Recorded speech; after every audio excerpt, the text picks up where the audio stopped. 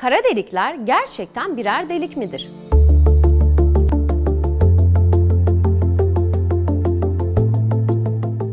Kara delik olarak bildiğimiz şeyler aslında delik değil, büyük kütleli yıldızların kendi içlerine çökmeleriyle oluşan gök cisimleridir.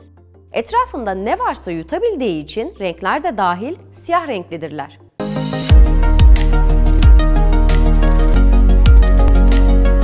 Geldik programımızın dosya bölümüne. Bu haftaki konumuz 51. bölge.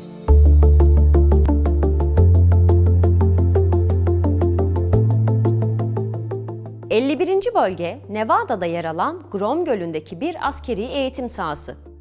10 yıllardır ABD hükümetinin dünyayı ziyaret eden uzaylıların kanıtlarını sakladığına dair bir komplo teorisinin merkezinde yer almakta. Uzaylıların var olduğu fikri, insanların dünyanın evrenin merkezi olmadığını anladıkları süreçle var olmuştur. Çocukken uzaylılar tarafından kaçırıldıklarını iddia eden insanların gerçek hayat hikayelerinde genel olarak yorumlar şu şekilde: neden bu kaçırılanların neredeyse tamamı Amerikalı?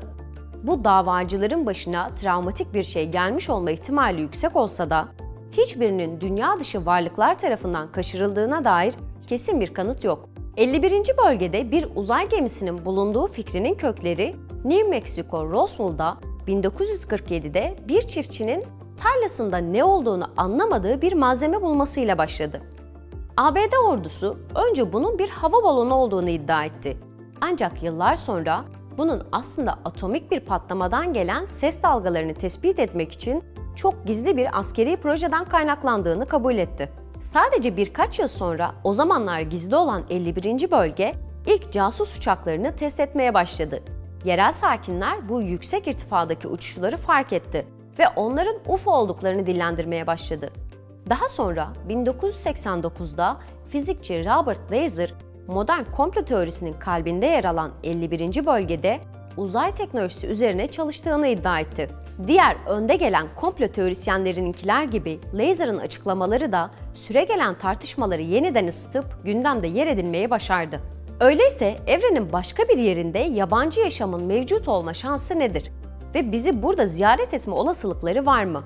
Çoğu bilim insanı evrenin büyüklüğü göz önüne alındığında orada bir yerlerde başka bir yaşam olması gerektiği konusunda hemfikir. Astrobiyologlar Güneş sisteminde yaşam belirtilerini aradıklarında temel organizmaların geride bıraktıkları izleri ararlar. Mars'ta metan bulutlarının tespit edilmesine duyulan heyecanı açıklayan da böyle bir iz olabilir. Metan düzenli olarak salınırsa karbon bazlı mikrobiyal yaşamı gösterebilir. Gelişmiş uzaylılarla karşılaşma olasılığımızı değerlendirirken en yaygın yaklaşım Drake denklemidir. 1961'de sunulan bu araştırmada galaksimizde iletişim kurabileceğimiz teknolojik olarak gelişmiş uygarlıklar hakkında oldukça enteresan tahminler yürütülüyor. Bu denklem birlikte çarpılan 7 değişkene dayanıyor. Bunlardan biri galaksimizdeki ortalama yıldız oluşum hızı.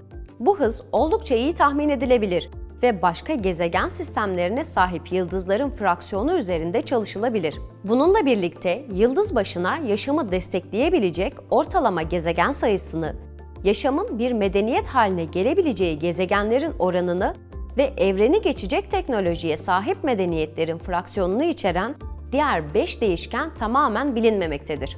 Bunlardan herhangi birini tahmin etmeye çalışmak aslında imkansızdır. Çünkü kendi yaşamımızla kıyaslayabileceğimiz bir yaşamın olduğu başka bir gezegene dair bilgi sahibi değiliz. Yalnızca dünya benzeri gezegenleri mi göz önünde bulunduruyoruz, yoksa içinde bulunduğumuz karbon temelli değil, silikon temelli yaşamın gelişebileceği gezegenleri de düşünüyor muyuz? Araştırmacılar Drake denklemine bizden, evrende yalnız olmamızdan, orada birkaç bin başka medeniyetin bulunmasına kadar değişen cevaplar buldu. Bununla birlikte parametreler hakkındaki bilgi eksikliği denklemi şu anda oldukça kullanışsız hale getiriyor.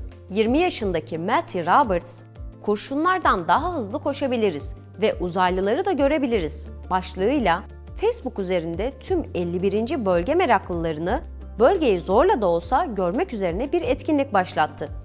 Kısa süre içinde yaklaşık 2 milyon kişi etkinliğe katılacağını duyurdu. ABD Hava Kuvvetleri etkinlik üzerine oldukça sert ve uyarıcı bir şekilde ABD Hava Kuvvetleri her zaman Amerika'yı ve varlıklarını korumaya hazırdır uyarısını yapmasına rağmen tarih 20 Eylül 2019'u gösterdiğinde 1,9 milyon kişi bölgeye akın etti. Ancak insanların bölgeye girişleri engellendi.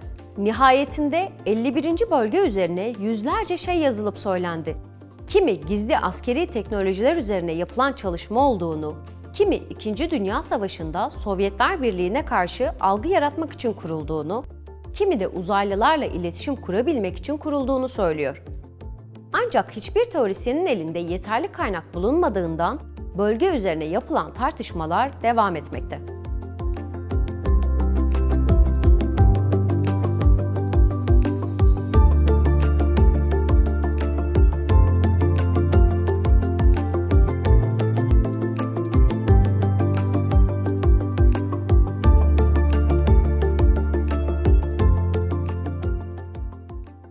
Evet değerli Medya Teknoloji izleyenleri, bu haftada programımızın sonuna geldik. Haftaya yepyeni bir programla karşınızda olmaya devam edeceğiz. Hoşça kalın.